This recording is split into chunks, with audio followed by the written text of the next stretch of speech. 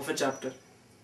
अभी जितना हमने थ्योरी पढ़ा है that is only 5% of what lies behind, rather I should say what lies with in.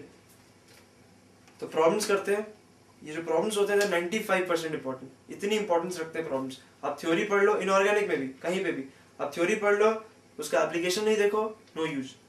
Problems करना, सारे प्रॉब्लम्स करना, जितने भी प्रॉब्लम्स दिखते हैं करते जाओ, कॉन्फिडेंस आएगा। नहीं बनता है उससे सीखो, learn from every problem you do, उससे कुछ ना कुछ सीखो। अरे यार ये तो मेरे को पता ही नहीं था, अरे इसमें ऐसा भी होता है मुझे पता नहीं था। सीखते जाओ, नहीं बन रहा है हार नहीं मानो, उसे सीखो। यार ये मुझे नहीं पता था, अब मुझे पता चल गया, आई शुड बी हैप्पी। ठीक है, एक दिन ऐसा आएगा जब आपको सारे प्रॉब्लम बनेंगे, सारे, और वो दिन होगा जेई।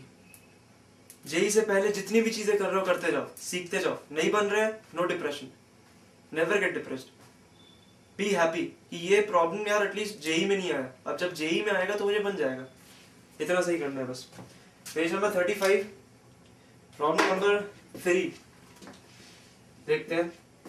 प्रॉब्लम में दिया हुआ है कि जैसे मेटल कॉम्प्लेक्स कॉम्पोजिशन दिया हुआ है कुछ Cr NH3 Cl2 and Br।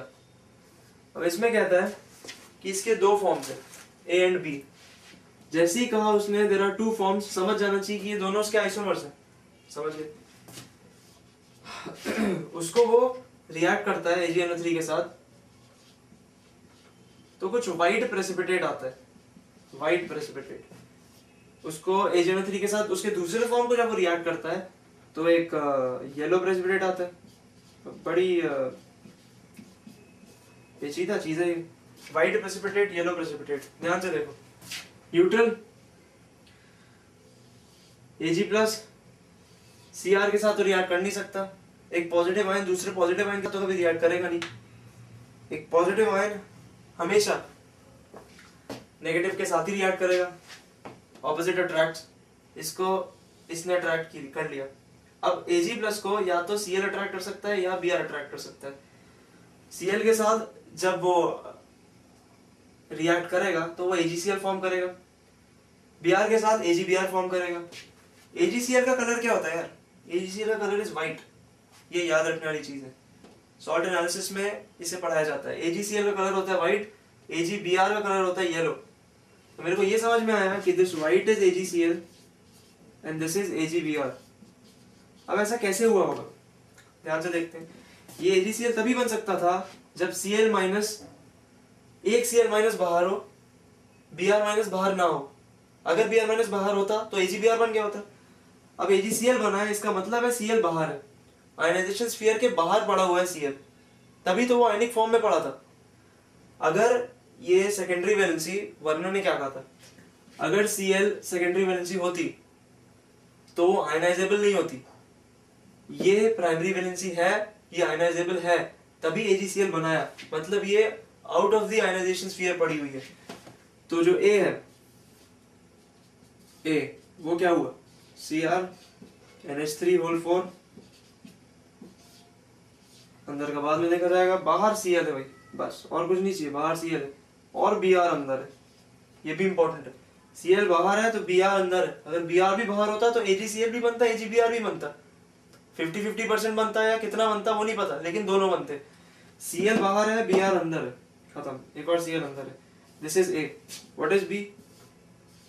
Similarly B is जिसमें कि Br बाहर है और पूरे Cl अंदर है, Cl2। ये भी है।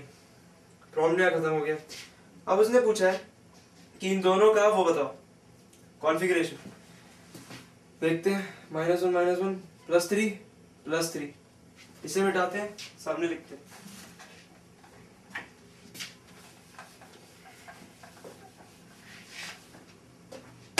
Clarity is most important. Cr NH3 ये A बना रहा हूँ, NH3 BrCl Cl, ठीक है, ये बन गया। A को A पे ही कॉन्सेंट्रेट करते हैं, A पे कॉन्सेंट्रेट किया +3, ठीक है। बेसिक से स्टार्ट करना है। 3d5 4s1 Cr+3 क्या होगा? 3d3 होगा।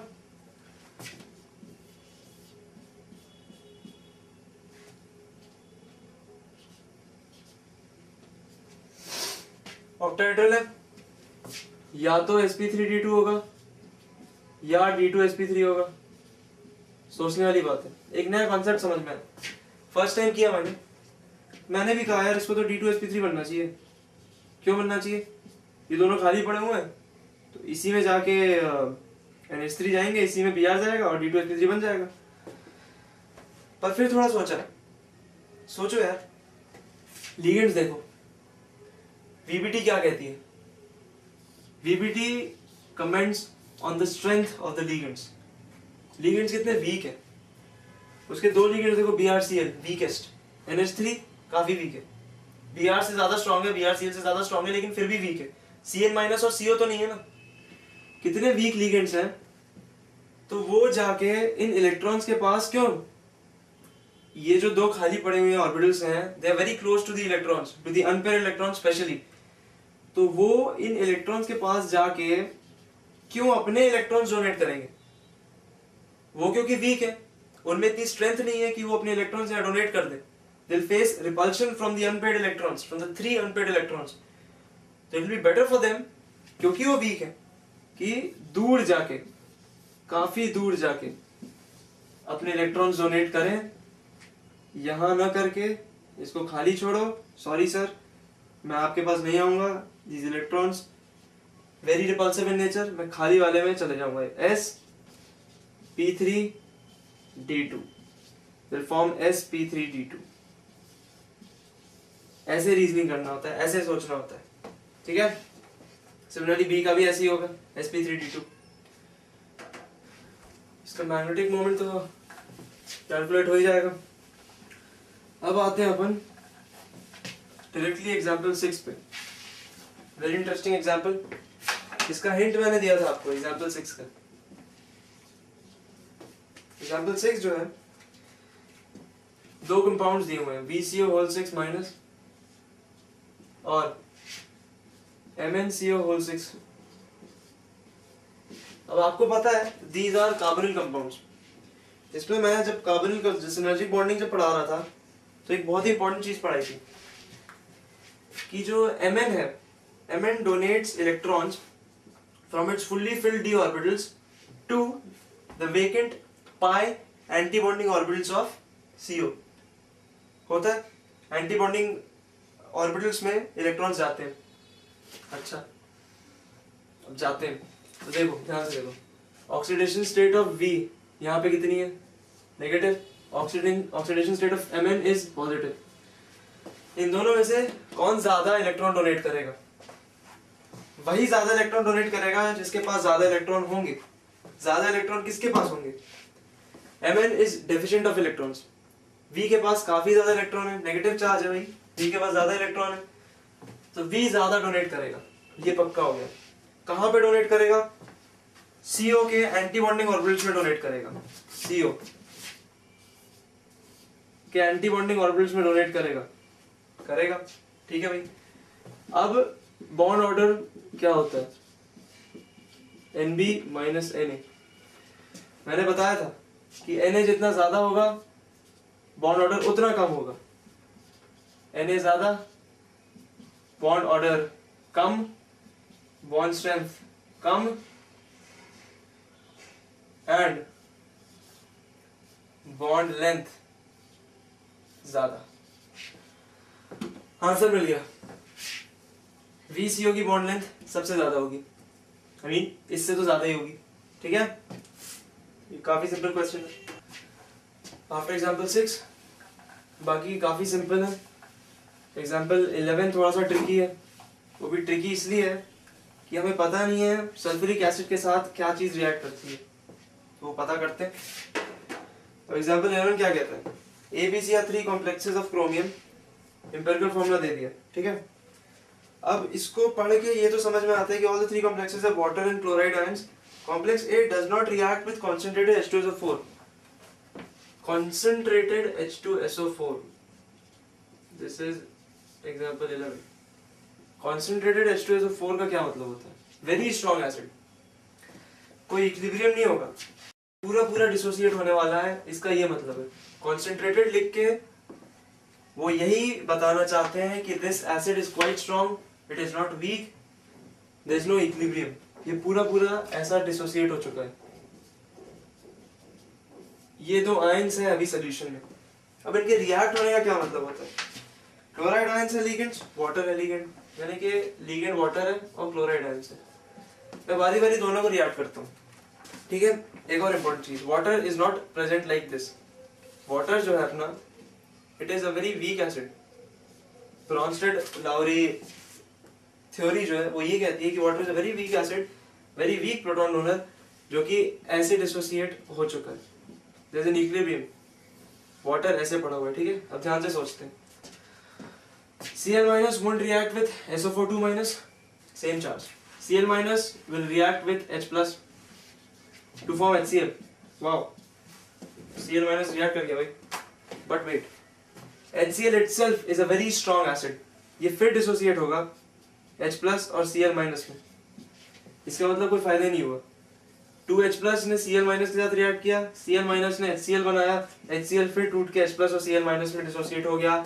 This implies no reaction has taken place.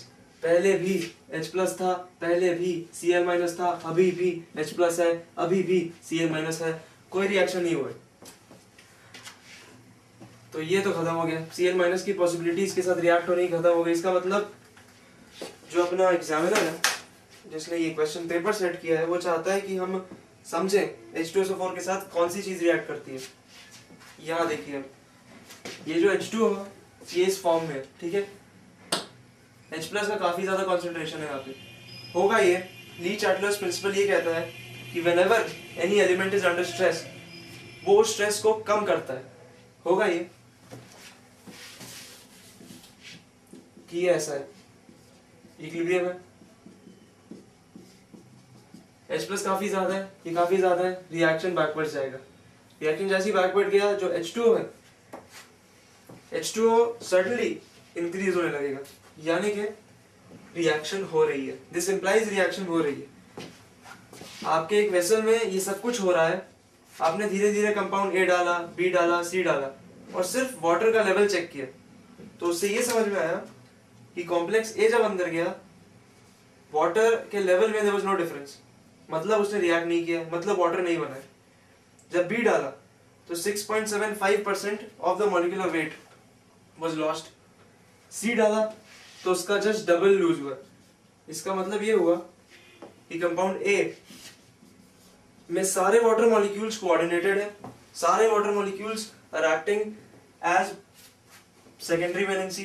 Compound B में only one water molecule is acting as secondary valency. Compound C में double of B, that is two water molecules are acting as primary valency.